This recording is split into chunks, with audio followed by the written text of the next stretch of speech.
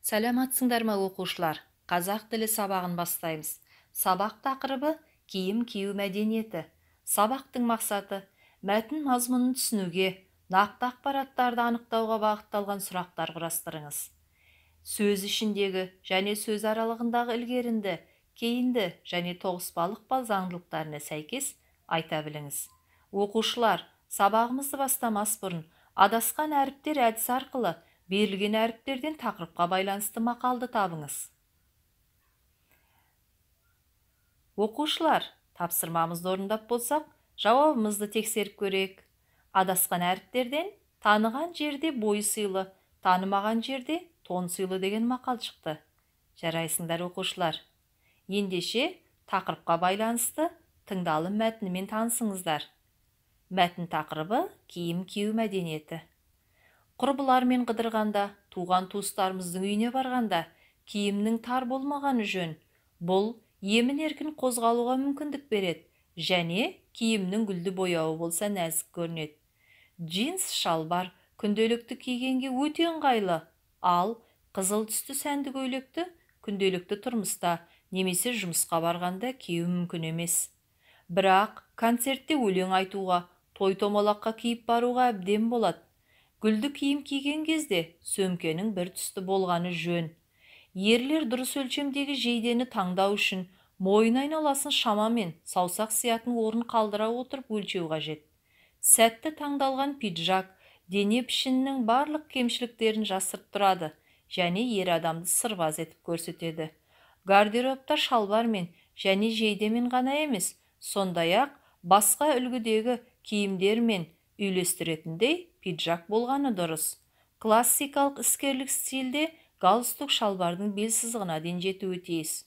Егер әйел туфлиін қалып ыңғайлығы бойынша таңдайтын болса, ер адам аяқ киімінде табанға көңіл аудару қажет. Кеңседе кию үшін жұқа, саяхатқа қалың табанды бәтеңке жарайды. Кроссовка сәйкес киіммен үйлесе отырып спортпен шұғылдануға ғана жарайды. Оны классикалық шалбармен кию керек емес. Міне оқушылар, тақырыпқа байланысты мамандардың ақыл кеңесімен таныстыңыздар.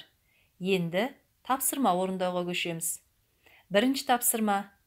Танысқан мәлімет бойынша Блум түймедағы әдісі бойынша сұрақтар құрастырыңыз.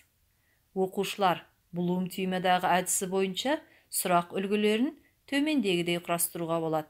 Бірінші, білу кезеңінде қарапайым сұрақтар құрастыруға болады. Не, қашан, қалай деген сұрақтарды қолдануға болады. Екінші, түсіну кезеңіне мен дұрыс түсіндім бе деген анықтауыш сұрақ қолдануға болады. Үшінші, қолдану кезеңіне тәжірибелік сұрақтар, бұл кезеңде қай жерде қолданылады деген сияқты сұрақ құрастыруға болады. Төртінші, талдау кезеңінде неге, не үшін деп басталатын сұрақтарды жазуға болады. Бесінші, жинақтау кезеңіне шығармашылық сұрақтар, не болар еді деген сияқты сұрақтар жазуға болады. Алтыншы, бағалау кезеңіне салыстыру, яғни сіз қалай ойлайсыз деген сияқты сұрақтарды құрастыруға болады. Оқушылар, тапсырманың бағалау критерийімен танысыңыздар. Мәтін мазмұнын түсінуге, нақты ақпараттарды анықтауға бағытталған сұрақтар құрастырады.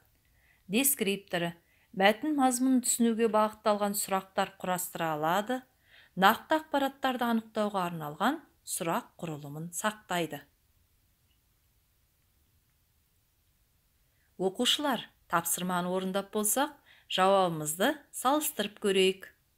Мәтін бойынша төмендегі үлгіде сұрақтар құрастыруға болады. Білу кезеңіне қызыл түсті сәнді көйлекті қашан киюге болады. Түсіну кезеңіне ер адам аяқ киімінде табанға көңіл аудару қажет дегенді дұрыс түсіндім бе? Қолдану кезеңіне сәтті таңдалған пиджакты қай киімдермен қолдануға болады? Талдау кезеңіне неге кроссовканы классикалық шалбармен киюге болмайды деп ойлайсың? Жинақтау кезеңіне гүлді киім мен түрлі түсті сөмке ұстаса не болар еді? Бағалау кезеңіне стильді киіну, талғамы биік дегенді қалай түсінесің деген сияқты сұрақ құрастыруға болатын еді. Міне оқушылар, мәтінге байланысты Блум түймедағы әдісімен сұрақтар құрастыруды меңгердіңдер. Екінші тапсырмамызды орындаймыз. Бұл тапсырма шындық және жалған кестесін толтыруға байланысты құрастырылған. Мәтіннен берілген ақпараттарды тыңдаңыз. Джинс шалбар да күнделікті кигенге өте ыңғайлы. Екінші ақпарат: ерлерге кеңседе кию үшін қалың табанды бәтеңке жарайды. Үшінші ақпарат: киімнің гүлді бояуы болса нәзік көрінбейді. Төртінші ақпарат: классикалық іскерлік стильде галстук шалбардың бел сызығына дейін жетуі тиіс. Міне оқушылар, тыңдалған ақпараттардың қайсысы шындық, қайсысы жалған екенін ажыратыңыз. Бағалау критерийі берілген ақпараттардың шындық немесе жалған екенін анықтайды. Дескрипторы: мәтін мазмұнын түсінеді, ақпараттардың шындық немесе жалған екенін ажыратады. Оқушылар, тапсырмамызды орындап болсақ, жауабымызды тексеріп көрейік. Джинс шалбар күнделікті киюге өте ыңғайлы. Бұл шындық ақпарат. Екінші, ерлерге кеңседе кию үшін қалың табанды бәтеңке жарайды. Бұл жалған ақпарат. Киімнің гүлді бояуы болса нәзік көрінбейді. Бұл жалған ақпарат. Классикалық іскерлік стильде галстук шалбардың бел сызығына дейін жетуі тиіс. Бұл шындық ақпарат. Өте жақсы, жарайсыңдар оқушылар. Енді үшінші тапсырмамызды орындаймыз. Бұл тапсырмада сөз ішіндегі және сөз аралығындағы ықпал түрлерін табыңыздар. Оқушылар, берілген сөйлемдермен танысыңыздар. Бірінші, киім пішсең кең піш, тарылтуың оңай. Екінші, қасқыр ішігі бар кісі жолдасының тоңғанын білмес. Үшінші, қыздың көзі қызылда демекші, менің құрбым айдана сән қой. Міне оқушылар, осы берілген сөйлемдердің мақалдардың арасынан ықпал түрлерін табыңыздар. Бағалау критерийі: сөйлемдерде кездесетін ықпал түрлерін табады. Дескрипторы: сөз ішіндегі ілгерінді ықпалды табады, сөз ішіндегі кейінді ықпалды ажыратады, сөз аралығындағы ықпалды біледі.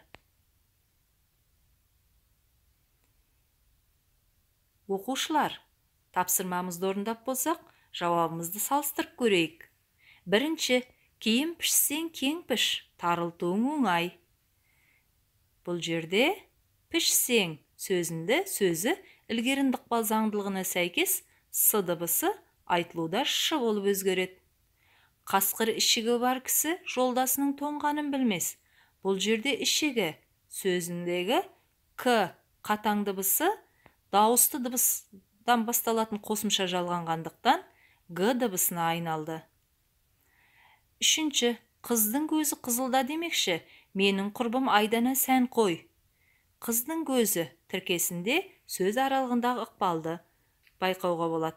Яғни, сөзі ілгерінді ықпал заңдылығына сәйкес қыздың көзі болып айтылады. Сән қой сөзінде кейінді ықпал заңдылығына сәйкес н дыбысы ың дыбысына айналады.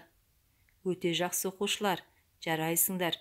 Міне осылай сөйлемде ықпал түрлерін табуды да меңгердіңдер. Үй жұмысымен танысыңыздар. Сән маңызды емес, бастысы киім қонымды болу керек тақырыбына тәрбиелік кеңес жаздыңыздар. Оқушылар, бүгінгі киім кию мәдениеті тақырыбына өткен сабағымызда мәтін мазмұнын түсінуге, нақты ақпараттарды анықтауға бағытталған сұрақтар құрастырып үйрендіңдер. Сонымен қатар сөз ішіндегі және сөз аралығындағы ықпал түрлерін табуды меңгердіңдер. Киім кию мәдениетіне байланысты мамандардың ақыл кеңесімен таныстыңыздар. Алған білімдерің алдағы өмірде қажетіңізге жарайды деп ойлаймын. Келесі кездескенше қош сау болыңыздар.